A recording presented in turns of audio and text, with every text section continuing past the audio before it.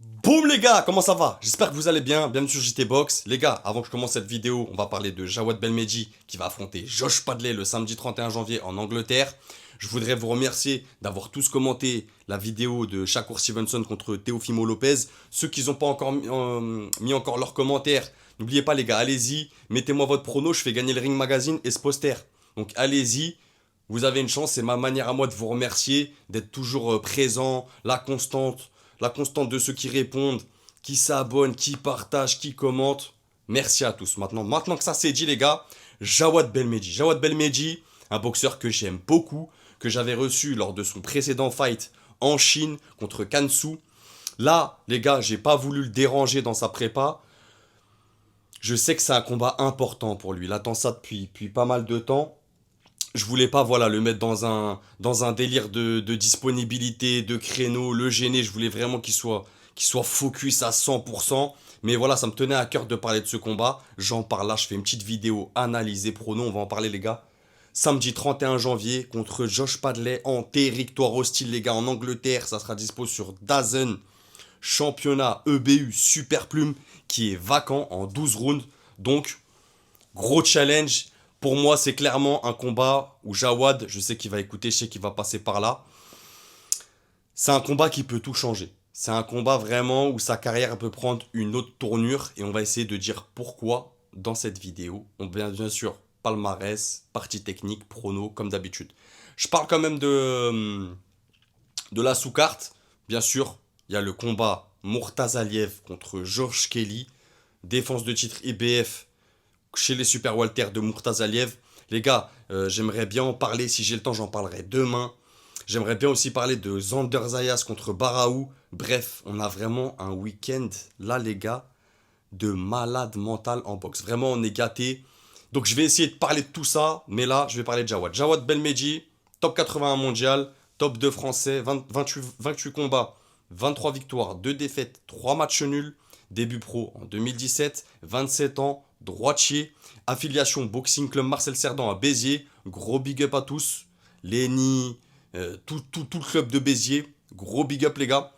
Dernier fight en août en Chine contre Kansu, défaite à la décision en 12 rounds, mais comme j'aime bien l'appeler, c'est une défaite qui te tire vers le haut en boxe. Vraiment, il est tombé sur un adversaire coriace. Ceux qui n'ont pas vu le combat, je vous invite à le regarder. Il est dispo sur YouTube, donc n'hésitez pas. N'hésitez pas aussi à aller sur Insta, envoyer un message de soutien à Jawad.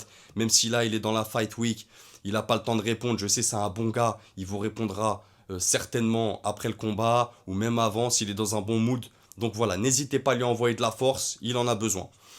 Josh Padley, les gars, top 33 mondial, top 4 anglais, top 5 WBA. C'est important parce que c'est là où je dis que Jawad, ce combat, ça peut changer sa carrière. Déjà, d'une part, c'est un titre EBU, donc champion d'Europe, c'est pas n'importe quoi.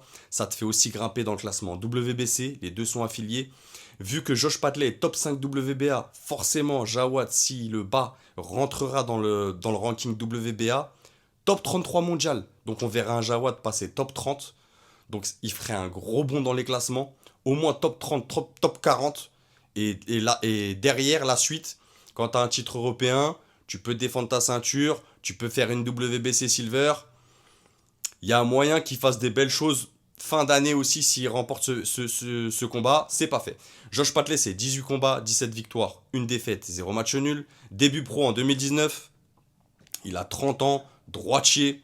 Dernier fight en octobre 2025 contre Bellocci. Je vous rappelle, hein, à la base, Josh Padley, c'est un poids léger. Donc, il déchantait chez les super plumes. Victoire à la décision en 10 rounds. Un combat dur pour Josh Padley. Il a une défaite, les gars, contre Shakur Stevenson en février 2025. Derrière, très actif. Il fait 2 combats et il a 2 victoires. Donc, il est bien revenu de sa défaite. Donc, je pense que ça lui a beaucoup apporté. De toute façon, un combat contre de l'élite comme ça t'apporte toujours.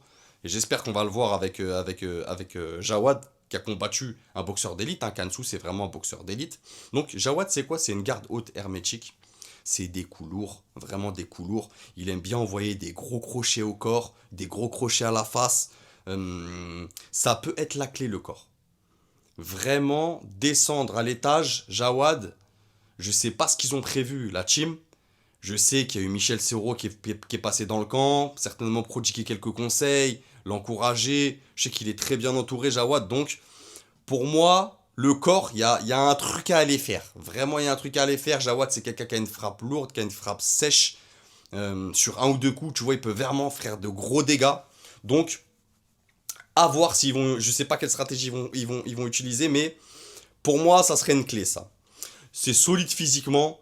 Toujours de l'intensité dans ses combats, toujours du cœur, de l'engagement. Voilà, il vient pas pour tourner, pour être autour des cordes, pour faire partie du décor. Non, c'est un boxeur avec du cœur, avec de l'engagement, et c'est ça qu'on aime. C'est aussi un bel uppercut du bras avant. Il lâche pas assez souvent, mais vraiment, il a un bel uppercut du bras avant quand il a le bon coup d'œil et le bon timing. Ça peut faire des dégâts aussi, ça. Comme je t'ai dit, c'est un bon coup d'œil, un bon timing, de bons déplacements. Euh, c'est une bonne gestion de la distance aussi. Maintenant, attention au cardio si ça va au bout. 12 rounds, c'est long, les gars. Des rounds de 3 minutes, à haute intensité, à haute concentration. C'est très très dur. Vraiment, c'est très très dur. Voilà. Maintenant, Jawad, ça manque aussi de mouvements de tête et de buste. Pour les moyens défensifs, j'entends. Jawad, il a besoin de 2-3 rounds, tu vois, pour être chaud, pour être dedans. C'est un diesel. C'est un diesel. Voilà. C'est un jab un peu trop absent. Mais après, c'est pas sa boxe. Il a une autre boxe.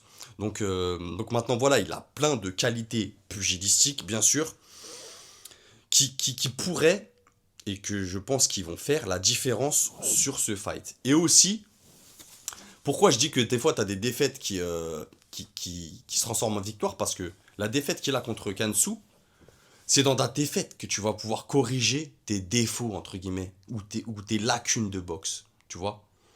Donc j'espère que avec ce combat, il a pu corriger ce qu'il avait à corriger et améliorer ce qu'il avait à améliorer. Ça, on le verra, les gars, sur le ring en Angleterre contre Josh Padley. Maintenant, Josh Padley, c'est un boxeur avec beaucoup de cœur. Gros mental, dynamique, c'est vicieux, c'est un Anglais. Voilà. Il aime bien être à distance, il se précipite pas. C'est quelqu'un qui travaille en combinaison. C'est pas un puncher, mais c'est technique. C'est quelqu'un de précis, il sait casser le rythme de son adversaire, tu vois, il fait beaucoup d'accrochages, il sait beaucoup casser le rythme, accrocher, il est très fort dans les accrochages. Donc attention à pas se laisser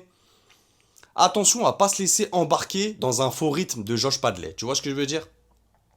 Parce qu'il est fort pour ça, il fait beaucoup de feintes, beaucoup de déplacements, un bon timing aussi, c'est un boxeur intelligent.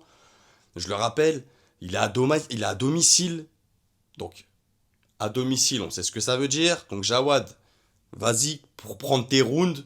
Clairement, pas de doute quand tu retournes dans le coin. Il a un bon débit aussi, c'est quelqu'un qui a un bon débit de coups. C'est un boxeur qui travaille, qui reste actif tout le long des rounds. C'est une bonne vitesse de bras. Donc voilà, un client solide pour Jawad. Maintenant les gars, mon prono. Tout est là les gars, bien sûr. Moi, vous me direz ce que vous en pensez en commentaire, les gars. N'oubliez pas, abonnez, partagez, likez, boostez. On est ensemble. Mon prono, je vois Jawad avant la limite. Pourquoi je te dis ça? J'aimerais bien voir un Jawad qui avance sur lui et lui mettre une pression intelligente. Quand je dis une pression intelligente, c'est pas seulement avancer, le bloquer contre le corde et envoyer des combinaisons. Non, une pression intelligente sans se précipiter. Faut pas confondre précipitation et vitesse. Tu vois? Faut pas acculer l'adversaire dans les cordes et rentrer dans son jeu. Il y en a beaucoup, je vois en boxe, hein. Moi les gars, je fais des sparring, bref, il y a beaucoup de boxeurs, tout ça, même à la télé, des boxeurs pros. Il y en a beaucoup qui font un pressing où ils avancent contre leur adversaire, et une fois que leur adversaire il est contre les cordes, ils oublient de travailler. Ils laissent travailler, ils laissent un timing, ils laissent un petit timing qui permet à un contreur défensif, par exemple, de faire le boulot. Faut pas qu'il fasse ça, Jawad. Faut pas qu'il se précipite. Une fois qu'il a cassé la distance, il travaille au corps sur un ou deux coups secs, lourds, vraiment, qui lui fassent mal, avec des coups rapides et des déclenchements éclairs, vraiment sur du souffle, vraiment. Je pense que ça peut vite payer dans ce combat si il fait ça et s'il tape le corps, s'il va au corps avec cette pression intelligente sans se précipiter, bien sûr. Il faut pas que Jawad le laisse boxer et qu'il recule. Vous voyez ce que je veux dire? Faut pas laisser l'anglais s'installer.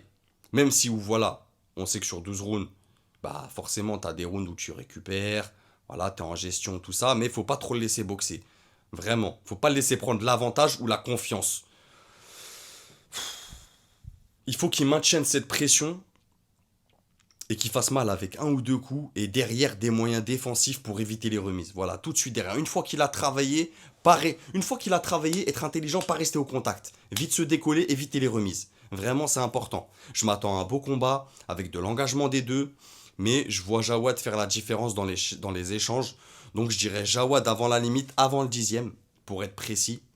Donc voilà les gars, dites-moi ce que vous en pensez en commentaire et n'oubliez pas, c'est que de la boxe. Bang!